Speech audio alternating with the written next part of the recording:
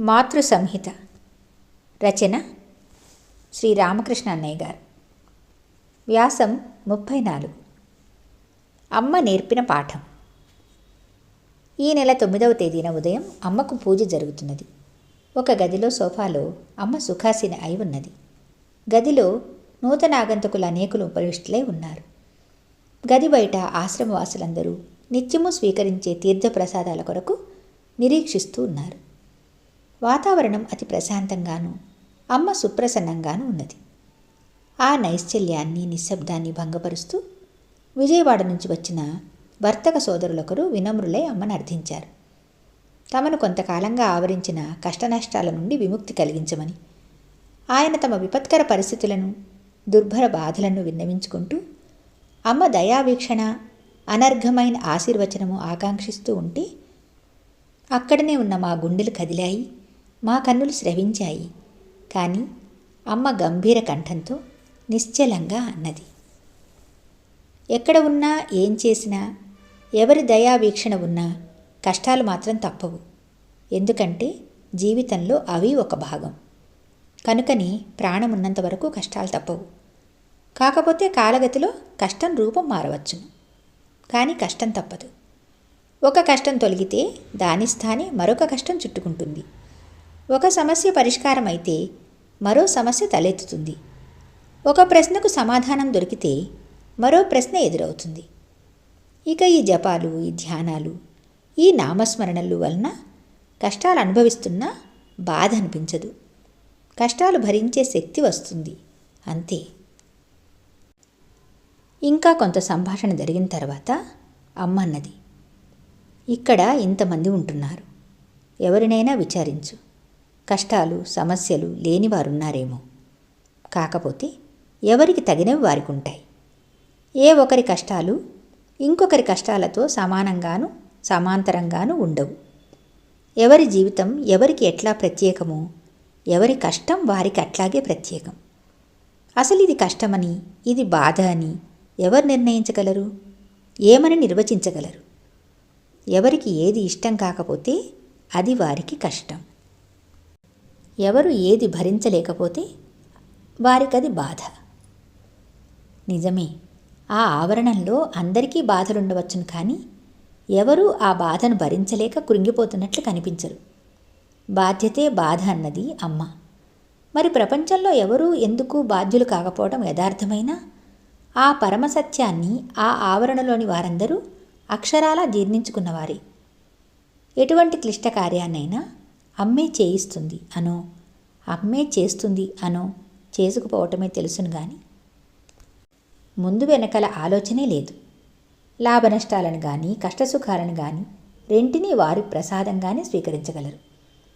కేవలం సౌకర్యాలను సుఖాలను మాత్రమే వారికి అమ్మ అనుగ్రహించలేదు. కష్టసుఖాలతో పాటు ద్వంద్వమే బ్రహ్మమని, ఆ ద్వంద్వానుభవమే ఆనందమని, అదే బ్రహ్మానందానుభూతి అని జ్ఞానాన్ని, దృఢతరమైన విశ్వాసాన్ని, నిశ్చలమైన నిర్వికారమైన మనస్తత్వాన్ని ప్రసాదించింది. అక్కడ ఎవరైనా నేర్చుకోగల పాఠము అదే. అమ్మ తరచుగా అందించే బోధనా సారాంశము అదే. ఫిబ్రవరి 1969. వ్యాసం 35. నన్ను చూడటమే పుణ్యం.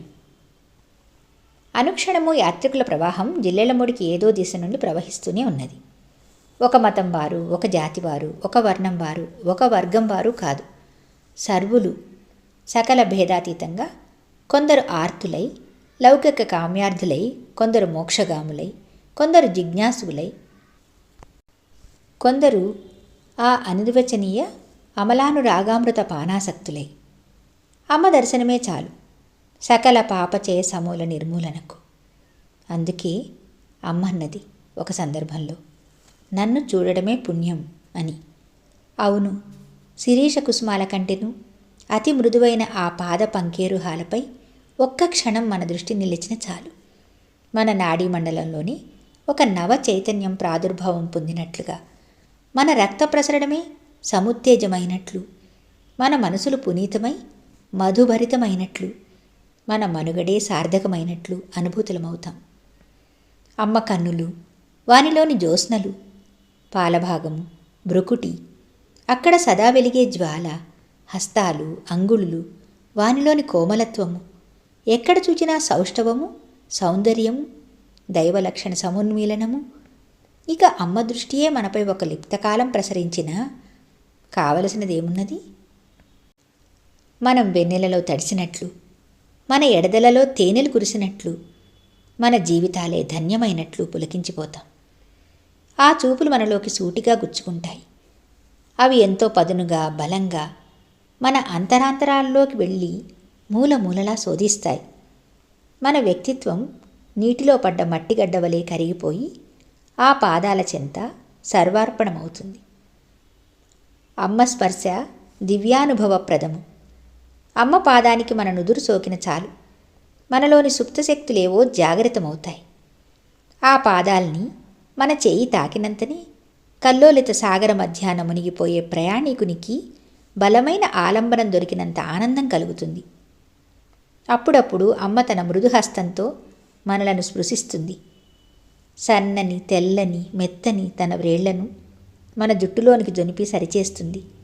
లాలనగా మన వెన్ను రాస్తుంది. గోముగా మన బుగ్గలను సవరిస్తుంది.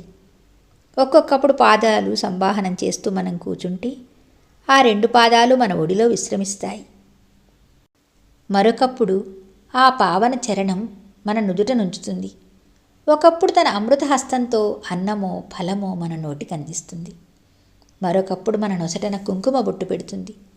అమ్మ ఏ అవయవం మనల్ని ఎక్కడ స్పృశించటానికి మన అదృష్టం సరిపోయినా మన మనసు నిశ్చలమై మనము సమాధిమగ్నులమవుతాం. కొన్ని సన్నివేశాలలో అమ్మ మనలను తన ఒడిలోకి తీసుకోవటమో, మనం ఆ ఒడిలో వ్రాలిపోవటమో జరుగుతుంది. ఇక ఆ సమయంలో పాషాణ హృదయాలైన, పాషండ మానసాలైన కరిగిపోయిన కన్నుల వెంట అశ్రు ప్రవాహం వెల్లువవుతుంది. ఆ వెల్లువలో మనసు పయనించి ఏ లోకాలలోకో దారితీస్తుంది. ఆ క్షణాల్లో మన మనసులో కరడుగట్టిన కల్మషమంతా కడిగివేయబడి మనసు తేలికయ్యి పావురమై ఆకాశపు సరిహద్దుల్లో రెక్కలు విప్పుకుంటుంది. ఇక ఒక్కొక్కప్పుడు కొందరు పసివాళ్లను అమ్మ దగ్గరకు తీసుకుని గుండెలకు హత్తుకుని వారి నుదుటిపై, పెదవులపై, బుగ్గలపై ముద్దు పెట్టుకుంటుంది. ఆ క్షణాల్లో మనము మళ్ళీ పసిపాపలమైపోతే ఎంత బాగుంటుంది, మనము మళ్ళీ అడ్డాల్లో పాపలమైతే ఎంత ఆనందంగా ఉంటుంది అనిపిస్తుంది. కానీ ఆ అదృష్టం ఎందరికీ? అమ్మ మాట్లాడుతుంది, అమ్మ చర్చ చేస్తుంది, అమ్మ బోధిస్తుంది, అమ్మ మాటలు చెప్తుంది, మంత్రం చెబుతుంది. అమ్మ మన సందేహాలు నివృత్తి చేస్తుంది, మనకు సందేశం ఇస్తుంది. ఏదైనా అవసరమైతేనూ అవసరమైనంత వరకు మాత్రమే. అమ్మ మాటల్లో ఒక్క అక్షరం వ్యర్థంగా ఉండదు. ప్రతి అక్షరము సార్థకమే.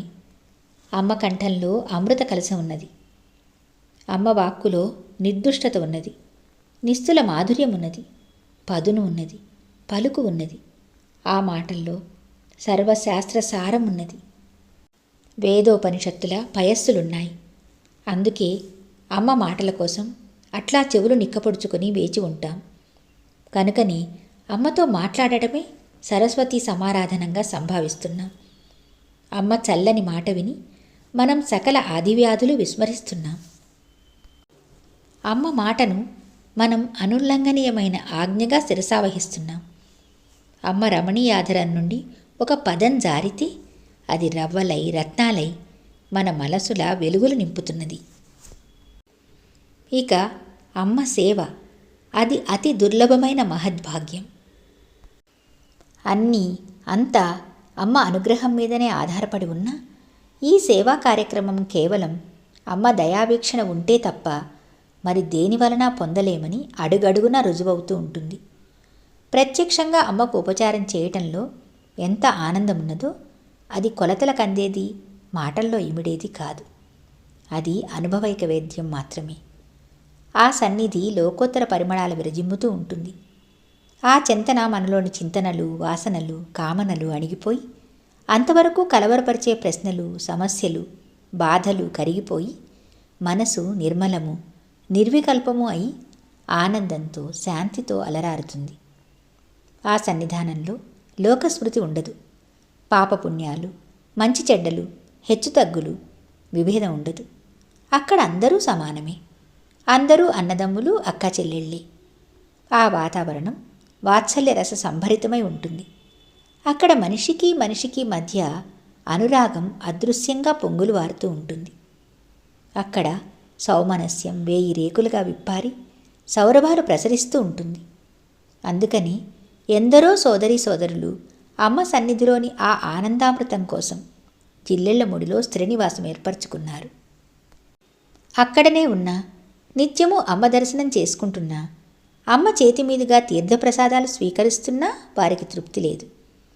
మరి ఆ సన్నిధిలోని, ఆ మూర్తిలోని, ఆ దృష్టిలోని, ఆ వాక్కులోని, ఆ స్పర్శలోని ప్రభావం ఏమిటో, ఆ దివ్య రోచిస్సుల ప్రసారం ఏమిటో, సృష్టి రహస్యం ఏమైతేనేమి, ప్రకృతిలోని ప్రచ్ఛన్న సూత్రం ఏమైతేనేమి, అహస్కరునికి ఆధారం ఎవరైతేనేమి, జగత్తుకు జనని ఎవరైతేనేమి, మనకు అమ్మ కావాలి.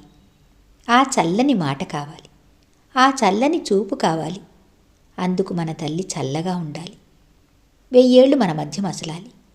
చరాచరమై, మూర్తామూర్తమై, సత్రూపిణి అయి, వ్యక్తావ్యక్తయై, వయోవస్థా వివర్జితయై, నామరూపరహితయై, వృద్ధిక్షయ వివర్జితయై, మనకు అర్థం కాని, అంతటా నిండిన అమ్మ ఆద్యంతరహితంగా అన్ని కాలాల్లో ఉన్నా మనకు తెలిసిన, మనం చూస్తున్న ఈ మూర్తి ఇట్లాగే అనంతంగా జన్మదిన మహోత్సవాలు జరిపించుకుంటూ మన సేవలు, మన పూజలు అందుకుంటూ ఉండాలి. అందుకు అమ్మ అనుగ్రహం ఉండాలి. అందుకివే అమ్మకు మన కైమోడ్పులు. మార్చ్ 1969. జయ హో మాతా.